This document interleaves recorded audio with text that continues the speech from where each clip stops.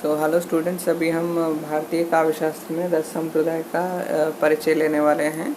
तो इस वीडियो का जो डिस्क्रिप्शन है उसको एक बार आप चेक कर लीजिएगा, ठीक है। उसमें आपको यूजीसी नेट का जो पेपर 1 है वो प्रैक्टिस करने को मिलेगा बिना किसी फीस के, पेमेंट के।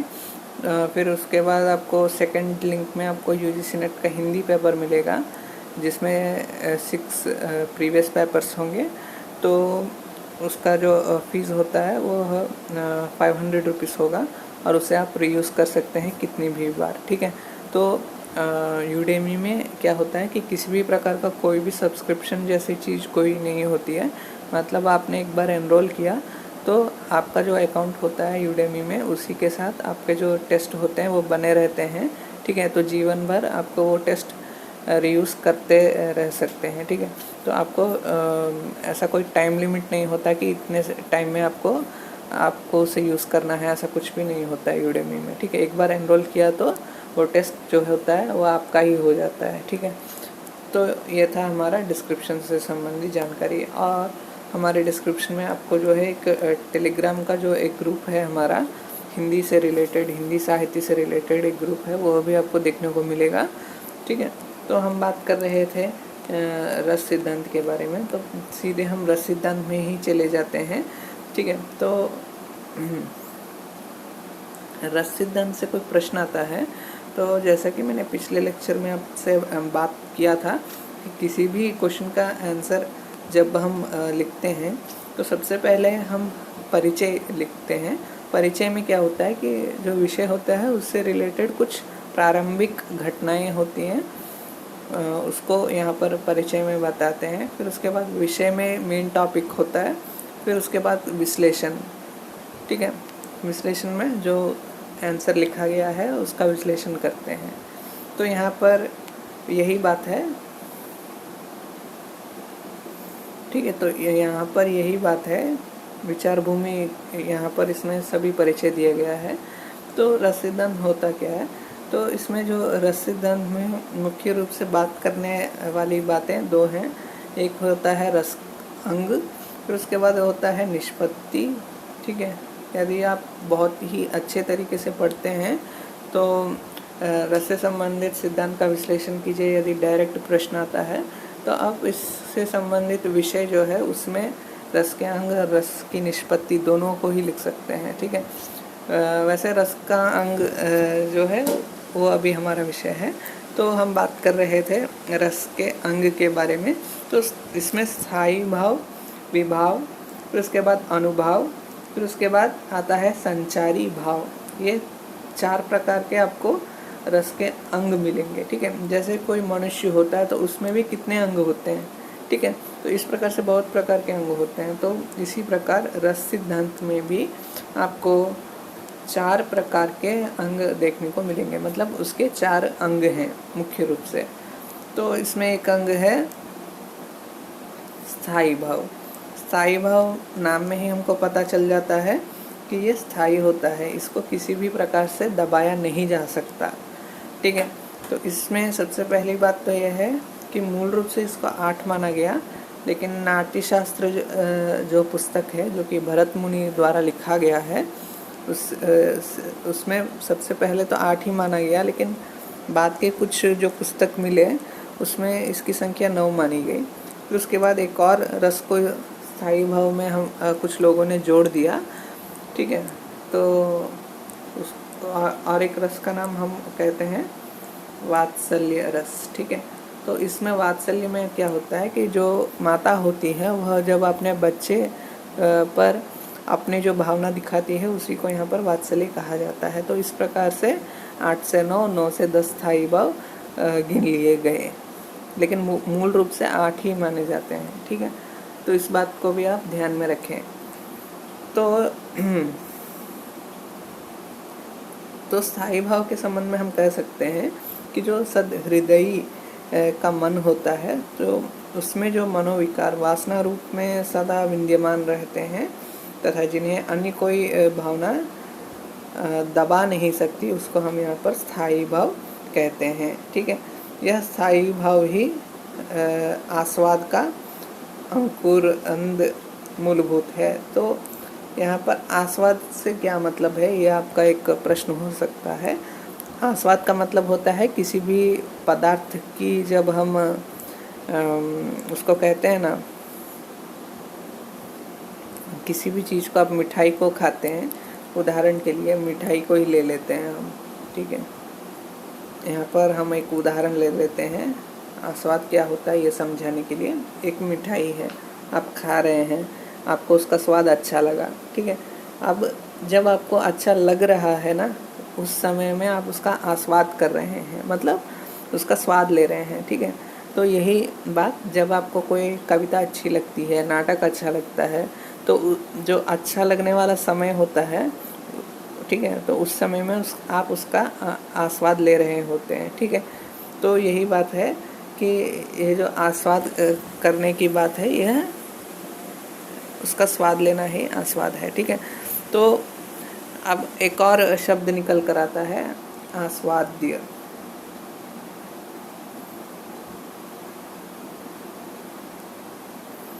ठीक है। आस्वाद्य का मतलब होता है मिठाई, ठीक है। अब यहाँ पर बहुत से लोग इसी में वाद विवाद में पड़ जाते हैं कि रस जो है वह आस्वाद का विषय है या आस्वाद्य का विषय है, ठीक है। तो यहाँ पर इसमें बहुत विवाद होता है, ठीक है। तो जो भी हो, हम बात कर रहे थे स्थायी भावों के बारे में, ठीक है। तो स्थायी भाव जो होता है वही पूरे सिद्धांत का इम्पोर्टेंट एक अंग है, ठीक है। तो फिर उसके बाद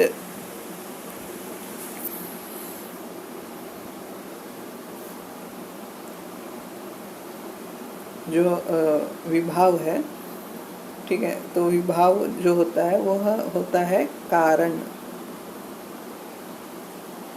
ठीक है। तो इसका मतलब कारण होता है, मतलब जब भी कोई स्थायी भाव उत्पन्न होता है तो उसके उत्पन्न होने के कारण को विभाव कहा गया है, ठीक है।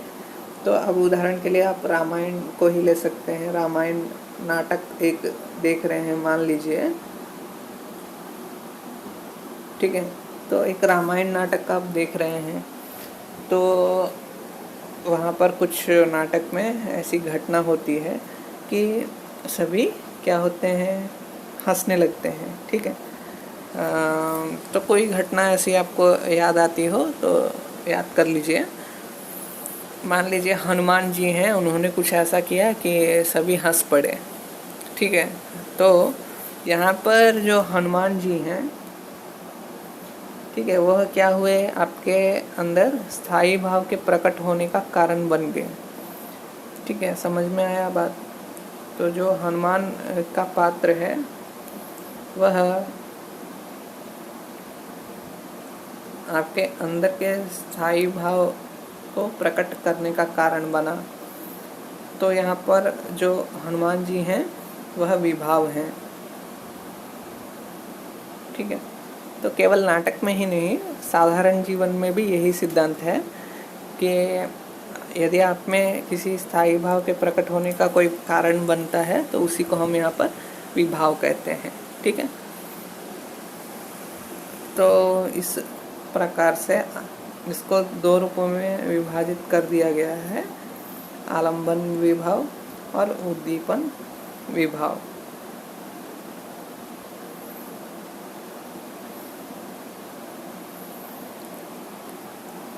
तो इसको यहाँ तक हम इस प्रकार समझ सकते हैं।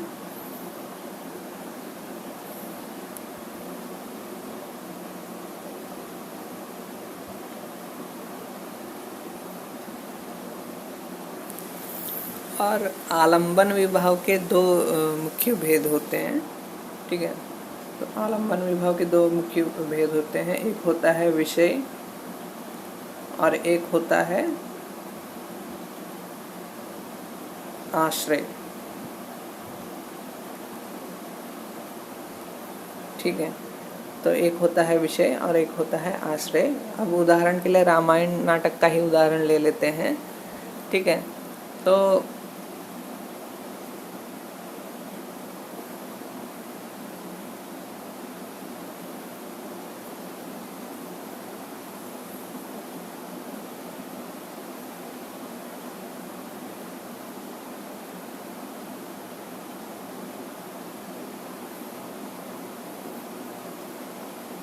तो यहाँ पर जो दर्शक गण हैं वह हमारे एक उदाहरण में मैंने बताया था, तो उसमें क्या करते हैं, हनुमान जी को देखकर हंसते हैं। ठीक है, तो यहाँ पर जो विषय है वह कौन है, हनुमान जी हैं। ठीक है, यही इम्पोर्टेंट है।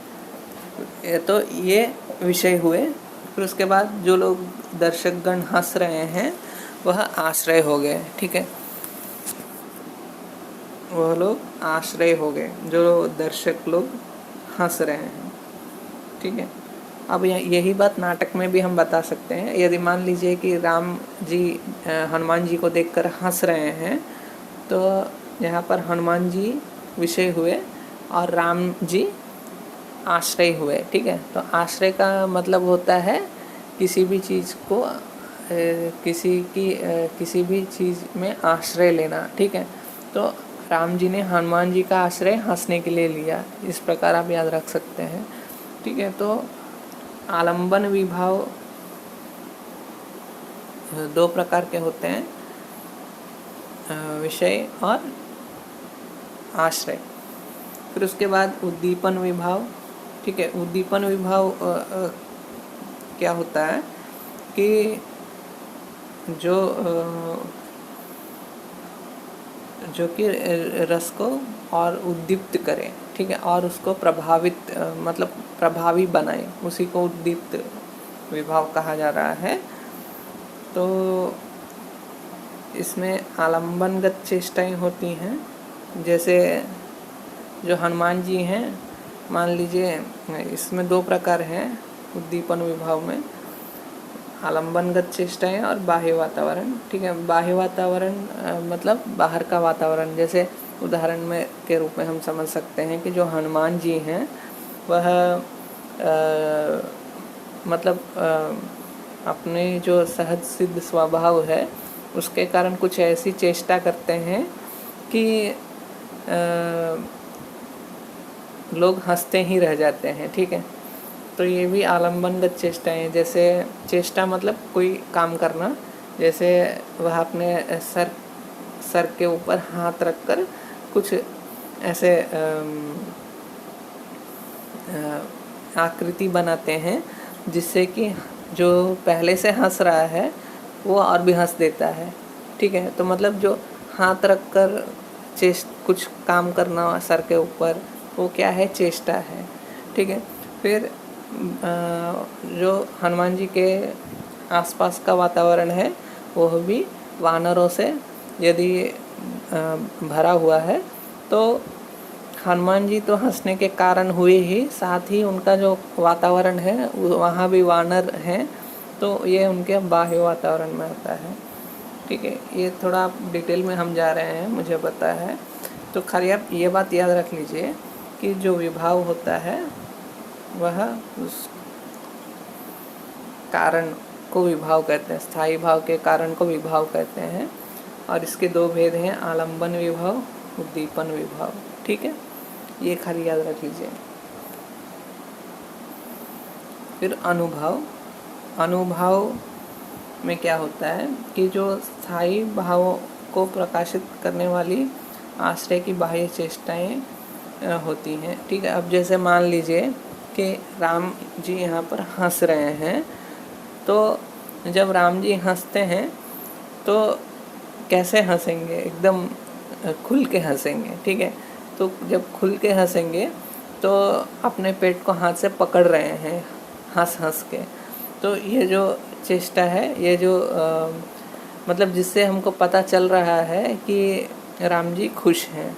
ठीक है, तो स्थायी भाव के कारण उत्पन्न, ठीक है, स्थायी भाव के कारण से उत्पन्न जो शरीर की जो स्थिति होती है, बाह्य स्थिति होती है, ठीक है, बाहरी स्थिति जो होती है, उसी को यहाँ पर अनुभाव कहा जा रहा है। ठीक है, तो जो स्थायी भाव को प्रकाशित करने वाली आश्रय की बाह्य चेष्टाएं, ठीक है, जो स्थायी भाव को प्रकट करने वाली बाह्य चेष्टाएं हैं, उसको यहाँ पर अनुभाव कहा जा रहा है। ठीक है, जैसे मान लीजिए कि राम जी एकदम खुल के नहीं हंसे, लेकिन फिर भी उन्होंने अपने मुख में थोड़ा आँख से हंसने का प्रयास किया, तो वो भी अनुभव है, जिससे पता चलता है कि उनमें हंसी नामक या हास्य नामक स्थायी भाव उत्पन्न हो गया है। ठीक है। अब इसमें भी कुछ प्रकार हैं वैसे, तो इसमें जो मुख्य प्रकार है वो ये हैं: आंगिक, वाचिक, आहार्य, सात्विक। ठीक है।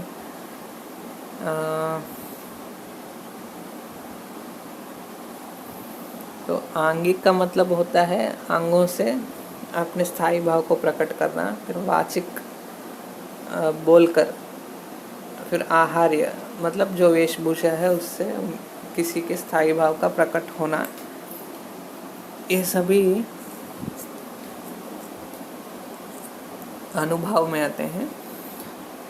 ठीक है। फिर सात्विक जो है उसके और 8 भेद हैं, पर उतना नहीं डिटेल में जाएंगे। खाली आंगिक, वाचिक, आहार्य और सात्विक, ये सभी अनुभव के 4 भेद हैं। ठीक है।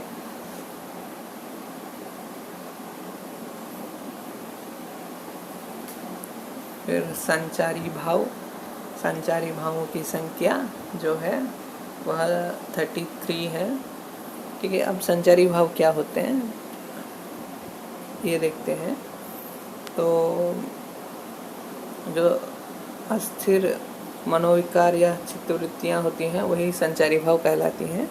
इनका कोई स्थिरता नहीं होती इनमें, मतलब स्थायी भाव जो होता है उनमें स्थिरता होती है। जैसे अब हम हंस रहे हैं, मान लीजिए, तो हम हंस रहे हैं क्योंकि हम खुश हैं, ये स्थायी भाव है, वो कुछ देर टिकेगा। ठीक है। मतलब बहुत देर नहीं तो कम से कम कुछ देर तो रहेगा ही, और इससे हमको जानकारी होगी कि हम हंस रहे हैं और देखने वाले को भी कुछ जानकारी होगी। लेकिन जो संचारी भाव होता है उसका कोई निश्चित जानकारी नहीं होता है, लेकिन इसके कारण ही जो स्थायी भाव होता है वह रस की अवस्था तक पूर्ण रूप से पहुंचता है। जैसे अब मान लीजिए कि मैं हंस रहा हूँ अभी, या नाटक में राम जी का पात्र हंस रहा है, तो तभी क्या होता है कि कोई वानर जो है वह ऐसा काम करता है जिससे राम जी को अच्छा नहीं लगता, लेकिन फिर भी वो हंस रहे हैं। तो हंसते हंसते वह उस पर कोई व्यंग्य कर देते हैं कि तुम क्या ऐसे कर रहे हो वानर होकर भी। ठीक है। ऐसा व्यंग्य कुछ कर देते हैं, तो उसमें कुछ मिली जुली भावनाएं होंगी। ठीक है। ये सभी संचारी भाव में आती हैं। तो आपको साधारण भाषा में यही बताना है कि जो संचारी भावनाएं होती हैं वो स्थायी भाव को और भी प्रभावी ढंग से प्रकट करने में सहायक होती हैं। ठीक है। और स्वयं जो है वह लुप्त हो जाती हैं या जल तरंगवत आविर्भूत और तिरोभूत हो जाती हैं। मतलब थोड़ा संस्कृत परिभाषा देने का प्रयास किया मैंने। तो जो संचारी भावनाएं होती हैं वह आती हैं और चली भी जाती हैं, मतलब कहीं जाती नहीं है, लेकिन संचारी भाव में ही उनका मिलन हो जाता है। ठीक है। तो ये थोड़ा मतलब विश्लेषण करते समय थोड़ा हमको ध्यान रखना होता है कि हम क्या बात कर रहे हैं। ठीक है। नहीं तो कन्फ्यूजन हो जाएगा। ठीक है। तो आपको बहुत डिटेल में नहीं जाना है, साधारण सी बात है, याद रख लीजिए कि जो रस के अंग होते हैं, ठीक है, वो 4 हैं। ठीक है। स्थायी भाव, फिर उसके बाद विभाव। विभाव का मतलब कारण। ठीक है। फिर अनुभव। अनुभव का मतलब क्या है? जिस विभाव के कारण, ठीक है, यह कहें कि जिस कारण से स्थायी भाव उत्पन्न हुआ है उस कारण को जब हम आँखों से देखने लायक कुछ होता है तो उसी को यहाँ पर अनुभव कहा जा रहा है। ठीक है, तो जो अनुभव होता है उसको हम आँखों से अधिकतर देख सकते हैं। ठीक है, मतलब स्थायी भाव को प्रकाशित करने वाली बाह्य चेष्टाएं अनुभव कहलाती हैं। ठीक है, सरल भाषा में ऐसा कह सकते हैं।